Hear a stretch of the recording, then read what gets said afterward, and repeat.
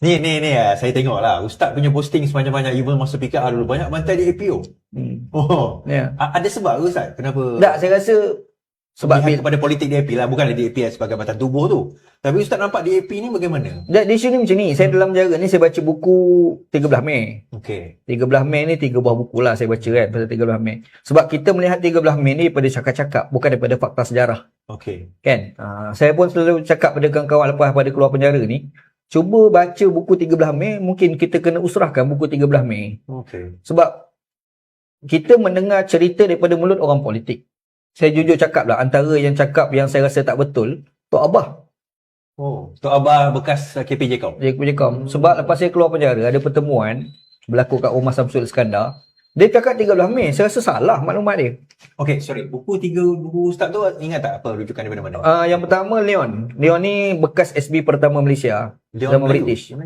British lah. Oh, putih lah masalah. Dia masa awal-awal polis kan, putih. Oh, ya. Yeah. Kan? Dia lah. Lepas tu yang keduanya laporan Mageran tu kata pengantar dia, buku Mageran tu kata pengantarnya Tun Razak. Okay. Buku yang Leon tu kata pengantar tu Tun Abdul Rahman. Kata pengantar, bukan biasalah.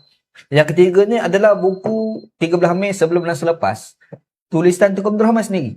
Oh. Lepas pada kejadian 13 Mei dia sendiri tulis. Dalam tu dia meluahkan perasaan dia, apa yang dia lihat kejadian 13 Mei. Sebab masa kejadian 13 Mei ni Tun Abdul Razak yang in charge tau masa tu. Sebab masa berlaku 13 Mei tu Tengku masih PM. Betul. Lepas pada tu tak lama jatuh. Daripada PM kan. Lepas tu timbul Tun Razak. Kan? Lepas tu barulah timbul beberapa polisi-polisi baru, antaranya Rukun Negara lepas 13 Mei. Oh, okey. Sebelum tu tak ada. Jadi Tengku Abdul Rahman ni tak standby. Soal nasionalisme Malaysia di awal Tengku ambil, Tengku tak selesaikan. Yang cuba nak selesaikan benda ni Tun Razak sebenarnya. Sebab tu timbul polisi-polisi Felda. Ingat Felda kan? Betul, Tun Razak. Sebab dia nak selesaikan masalah Melayu dan kita kena ingat ada satu watak. Namanya Datuk Harun Idris, bekas Menteri Besar Selangor. Betul. Orang nama Datuk Harun tu. dipanggil sebagai Soekarno Malaya. Masa tu kan, sebab ucapan dia tu kan. Dia yang cuba menyerapkan balik orang-orang Melayu duduk dekat bandar-bandar. Contohnya macam Kampung Baru, macam Kampung Sungai Baru yang isu itu kan. Lepas tu Datuk Keramat. Kenapa penempatan Melayu ni nampak kelang kabut? Sebab itu adalah usaha Datuk Harun untuk nak ramaikan orang Melayu duduk kat bandar. Kerana sebelum itu bandar ni banyak Cina. Kan? Tapi kalau kita baca dalam laporan Mageran Tun Razak tu, dia ada sebut siapa yang terlibat. Kita selalu salahkan kepada gerakan. Sebenarnya bukan gerakan, DAP pun terlibat.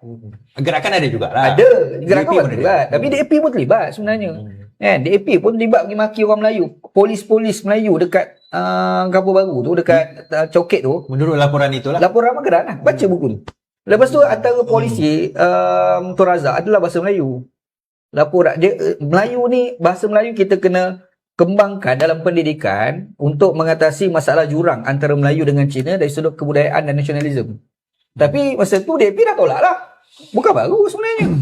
Lepas tu kalau kita baca lagi dalam buku tu, dia ada sebut berkenaan dengan bagaimana kita nak hilangkan jurang kebencian orang Cina, prejudis orang Cina kepada orang Melayu duduk dalam polis.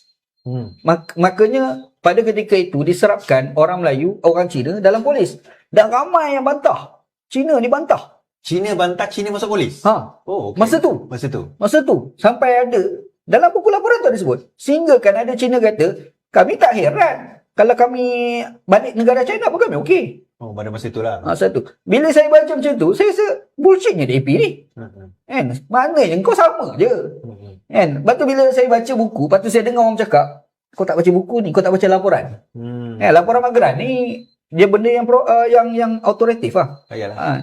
Sebab dia laporan Mageran tu dia orang dipanggil apa? Declassified kan selepas habis tempoh. Dia keluar. Kena baca buku tu. Memang kena baca. Saya memang menganjurkan baca buku 13 Mei. Okey, apa daripada situ kesimpulan yang Ustaz boleh bawa dengan DAP tu pada masa sekarang ni bagaimana? Apa yang membawa kepada sentimen, perasaan itu pada DAP? Sebab dia macam ni. Setapak ni tempat deklarasi DAP. Itu tempat dia sebenarnya. Kalau kita baca sejarah, antara asbab berlakunya cetusan kemarahan UMNO lah sebenarnya. Datuk Harun Idris, rumah dia dekat Kampung Bagu. Okay. Apabila ada seorang orang Melayu dikatakan telah dipukul oleh Cina dekat setapak. Iaitu menyebabkan timbul kemarahan. Marah-marah, tambah pula bila gerakan dengan DAP ni, dia pergi bergerak kat kawasan-kawasan polis dekat Coket tu, balai polis lah. Dia pergi maki Melayu kan. Jadi dia lagi tambah tu, marah. Akhir sekali memang gila-gila gaduh lah. Dan Kepong antara tempat penting sebenarnya. Kepong, Jinjang, kawasan dia kan. Itu kawasan Cina kan? Kawasan dia hari ni pun ramai kan. Jadi bila saya tengok polisi Tun Razak punya polisi pada masa tu untuk mendekatkan jurang antara Cina dengan Melayu pada masa tu Tapi kenapa pimpinan-pimpinan DAP pada ketika itu mengambil sikap untuk tak nak bersetuju dengan polisi Tun Razak? Kata dia kena setuju. Kan? Contoh isu bahasa Melayu. Jadi sebab perlembagaan sendiri dah sebut bahasa Melayu tu bahasa kebangsaan. Kau pergi bantah pula orang. Tak payah bantah, terima je lah. Yelah. Kalau betul kau nak nasionalis Malaysia, kan? Maka kau kena terima bahasa Melayu sebagai bahasa pengantar. Bahasa pengantar, bahasa kebangsaan lah. Bahasa kebangsaan. Bahasa nasionalis Malaysia kan. Tapi kenapa bantah? Itu soalan saya bangkit. Jadi saya faham lah maksud Ustaz minggu lepas kan. Bila Ustaz sebut tentang kita ni tak clear tentang nasionalisme kita sendiri. Sampaikan bahasa kita pun masih ada lagi orang menolak sebagai bahasa nasionalisme kita. Iyalah, bila kita sebut sebuah negara, dia mesti ada bahasa penterjemah kepada nasionalis. Kan? Kalau orang tanya, apa bahasa penterjemah bagi nasionalisme Indonesia? Bahasa Indonesia. Dia clear, jelas. Dia bukan bahasa Melayu, dia bahasa Indonesia. Bahasa Indonesia lah. Jelas Indonesia. Sebab tu bila sebut polisi bahasa dia cuma lagi kuat lah sebab dia polisi bahasa dan wajib berasimilate. Dia bukan pilihan. Wajib. Dia tetapkan satu kewajipan dan memang itu telah dibuat oleh Soekarno dulu lah kan. Makanya sampai nama-nama berbahasa Indonesia. Joko Widodo, Susilo Bambang. Nama Indonesia kan. Susilo Bambang yang main badminton tu. Susilo Bambang, Joko Widodo. Lepas tu yang ni Prabowo.